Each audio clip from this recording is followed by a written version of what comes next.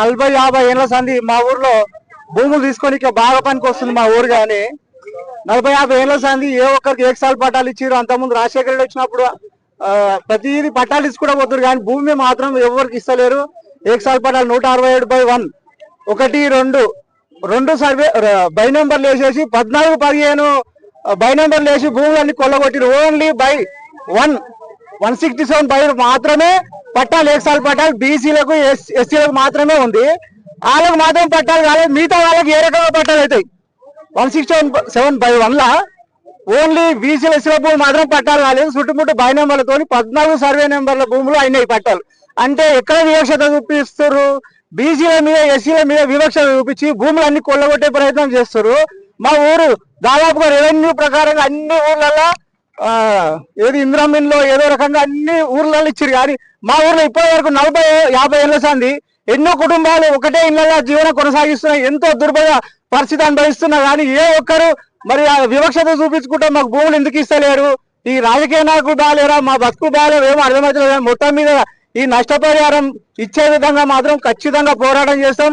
ఆ భూమి వచ్చే నష్టపరిహారం కానీ మా భూమి మాకు ఇచ్చే వరకు ఏదో రకంగా పోరాటం మాత్రం ఏ రకంగా ఆగదు. దానికి ప్రతి ఒక్కరు నడుం బిగించి ప్రతి ఒక్కరు కలిసి రావాలని మా విన్నపం. రంగారెడ్డి జిల్లా అబ్దుల్లాపూర్పేట మండలం కోయడ రెవెన్యూ పరిధిలోని కోయడగుట్ట భూబాధితుల సంఘం ఆధ్వర్యంలో ఈరోజు ధర్నా కార్యక్రమం చేపట్టడం జరిగింది.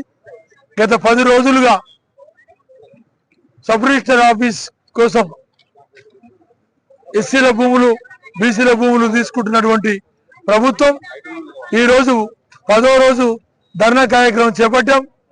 ప్రతి ఎకరాకు 500 గజాల స్థలాన్ని ఇవ్వాలని డిమాండ్తో 10 రోజుల నుంచి భూబాధితులందరూ కూడా ధర్నా చేస్తున్నప్పటికీ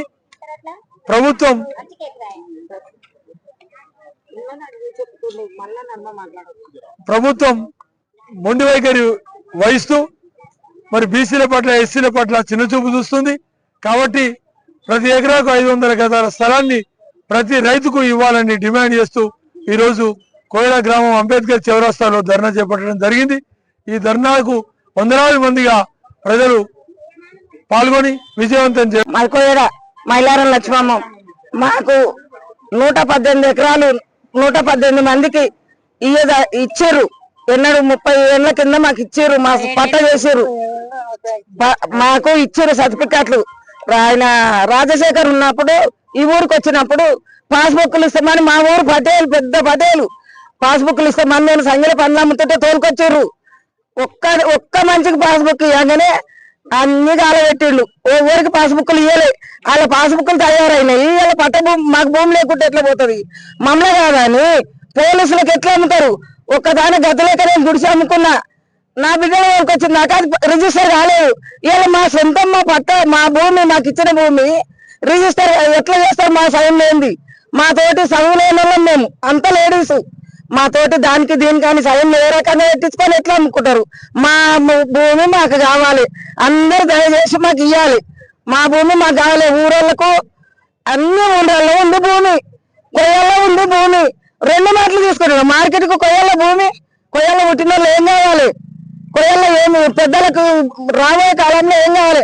ఊరు కలిసి వస్తుంది. ఎంత జనం ఎక్కడ ఆగమవుతారు? ఏ జనానికి ఏం భయమే లేదా మాకు?